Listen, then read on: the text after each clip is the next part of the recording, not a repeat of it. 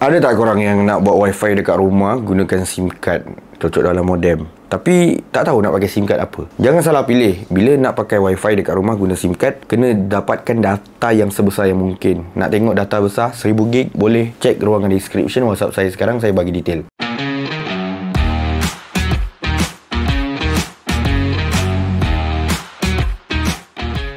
Jadi hari ni saya nak cerita pasal fiber dengan wifi SIM card, wifi 4G, 5G.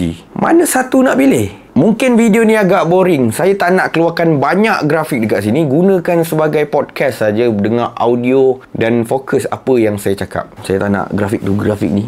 Nak senangkan kerja sikit. So, beza daripada segi harga. Kalau dulu nak buat wifi dengan guna SIM card, harga dia, costing dia adalah tinggi untuk permulaan. Dan costing untuk bulanan dia pun tinggi juga sebab dia bermain kepada jumlah data 100GB, 200GB, 1000GB, 500GB. Tapi waktu itu yang paling bagus adalah dengan melanggan fiber. Sebab fiber serendah waktu tu lah kan, dengan harga RM89 korang dah boleh dapat 30 Mbps internet dengan jumlah data yang sangat-sangat banyak. Bukan sangat banyak, dia sebenarnya tiada had, unlimited. Korang boleh pakai sampai lebam. Itu antara benda pertama lah kan dulu. Tapi sekarang plan internet semakin murah, dia menjadi pencabar besar untuk fiber. Tapi ada part fiber menang. Kita sambung-sambung terus lah. Okey, daripada segi kelajuan, ya, SIM card guna untuk modem, jadikan wifi, dah mampu memberikan kelajuan internet yang tinggi. Bergantung kepada kawasan juga. Kalau tempat korang 5G sekarang memang cun gila, boleh capai kelajuan internet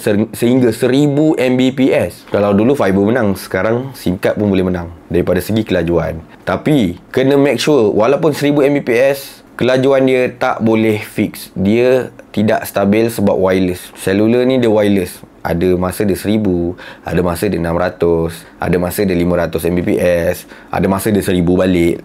So speed dia tu memberi gap yang beza, okey, memberi beza yang sangat-sangat jauh kadang-kadang. Dalam tempoh satu hari pagi laju, bila malam slow. Itu biasa. Tapi untuk fiber pula, fiber dia lain sikit. Stability dia sangat-sangat tinggi, jauh berganda. Dia bukan perfect stable, tapi dia stability dia lebih baik daripada penggunaan SIM card untuk wifi ni. Katakan korang melanggan package fiber 100 Mbps, korang hanya akan dapat internet tu dengan kelajuan 100 Mbps fix dekat situ. Kalau terlebih pun lebih sikit, kalau kurang pun dia kurang sikit. Tak adalah korang pakai 100 Mbps dapat 10 Mbps speed test. Itu dah teruk sangat. Langgan package 100 Mbps tapi speed 10 Mbps. Itu something wrong.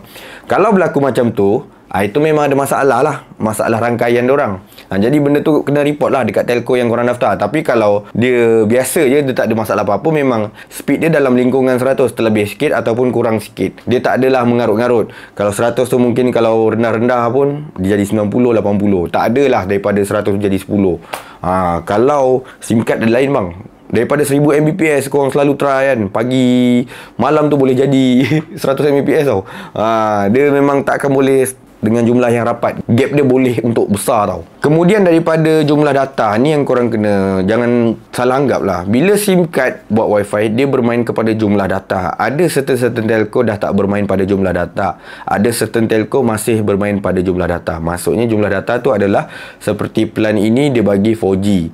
4G dia 1000GB saja. Dan plan ini bagi 4G dan 5G. Lepas tu 4G 100GB, 5G baru 1000GB. Ada telco dia bagi 5G unlimited, tapi 4G dia 100GB. Ada macam tu. Kena tengok betul-betul kalau korang nak guna SIM card, jadikan wifi. Sebab tu jangan sembarang pilih. Awak jangan ingat 100GB tu dah besar sangat, 200, 400GB tu dah besar sangat. Korang guna buat wifi guna ramai-ramai, stability dia lain tau. Lagi stable, lagi sedap. Korang guna tak perasan jumlah data tu lagi banyak pakai daripada biasa. Dia mesti berlaku macam tu. Ni confirm berlakunya, mesti berlaku. Tapi untuk fiber, jumlah data dah tak payah risau.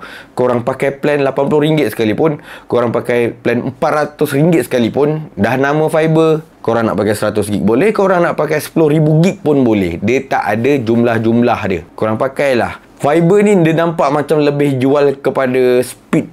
Dia jual kelajuan. Korang nak murah, ambil speed yang slow sikit. Kalau korang nak laju gila, ambil yang plan yang mahal sikit, yang ratus-ratus sebulan, 200, 300. Dapatlah laju. Tapi jumlah data dah tak kira lagi. Korang nak pakai 1000 gig ke, nak pakai 10,000 gig ke, korang punya pasal. So dia tak ada limit dekat situ. Daripada segi harga, 4G pula ni kan, 4G punya SIM card, 5G punya SIM card, harga dia dah, kita boleh cakap lah, dapat 1000 gig tu RM50 dah boleh dapat bang sekarang. Range RM50 dah dapat 1000 gig data. Kalau kelajuan pula dah ada 5G, boleh dapat 1000 Mbps. Korang bayangkan, kalau fiber korang nak dapat 1000 Mbps, sebulan 200-300 korang kena bayar tau. 200-300 SIM card baru RM50. Tapi kena nilai balik lah, stability dia lain, lain cerita. Stability, sebab tu lah dia masih ada pro and cons dekat situ. Fiber korang ambil 1000 Mbps, 1000 Mbps lah speed korang, turun naik pun tak jauh. SIM card daripada 1000 boleh jadi 100 Mbps. Itu masalahnya sekarang. Saya ada satu benda terlintas dalam kepala saya tentang nak buat wifi custom ataupun nak beli plan internet siap package wifi dekat rumah, bukan fiber. Saya akan buat video tu. Okay, nak terangkan dekat korang kelebihan dan kekurangannya dekat situ. Okay, yang tadi kita cerita pasal harga kan. So, daripada segi harga korang nilai sendirilah. Untuk dapat kelajuan yang tak seberapa tapi stability yang bagus, memang fiber jawapannya. Tapi kalau korang nak kelajuan yang tinggi tapi 50-50, ada risiko kelajuan rendah tapi harga murah gila, memang SIM card lah jawapannya. SIM card masuk dalam modem. Tapi korang kena ingat, package fiber daftar dah siap. Package fiber daftar, Roger cari salesman, daftar, terus boleh guna. Tapi SIM card masuk modem, SIM card nak kena beli, SIM card nak kena daftar, modem nak pakai modem 4G, okey beli. Nak modem 5G, belilah. Mahal sikit lah kalau dah modem 5G. Modal mula-mula tu main ratus juga. Kalau kena kat 5G, kurang-kurang 500-600 dalam tangan korang kena modal. Kalau nak pakai 5G punya SIM card dan nak jadikan wifi. Tapi kalau fiber, tengok website, Roger nombor tu, call, saya nak pasang fiber, dia datang pasang, bulan depan bayar. Semudah macam tu lah. Cuba tengok video ni ulang-ulang untuk korang yang nak buat keputusan baru pindah ke kawasan perumahan yang baru. Korang nak pakai internet yang macam mana? Ada tak benda-benda, poin-poin yang saya tertinggal untuk saya kongsikan dalam video ni? Korang komen dekat ruangan komen di bawah. Kod-kod ada benda yang saya lupa nak cakap. Sebab saya bukan jenis tulis skrip Apa yang saya cakap semua direct, spontan dalam kepala terus keluar ke mulut. Consider to subscribe, like kalau suka, share kalau berguna. I'll see you guys on my next video. Bye.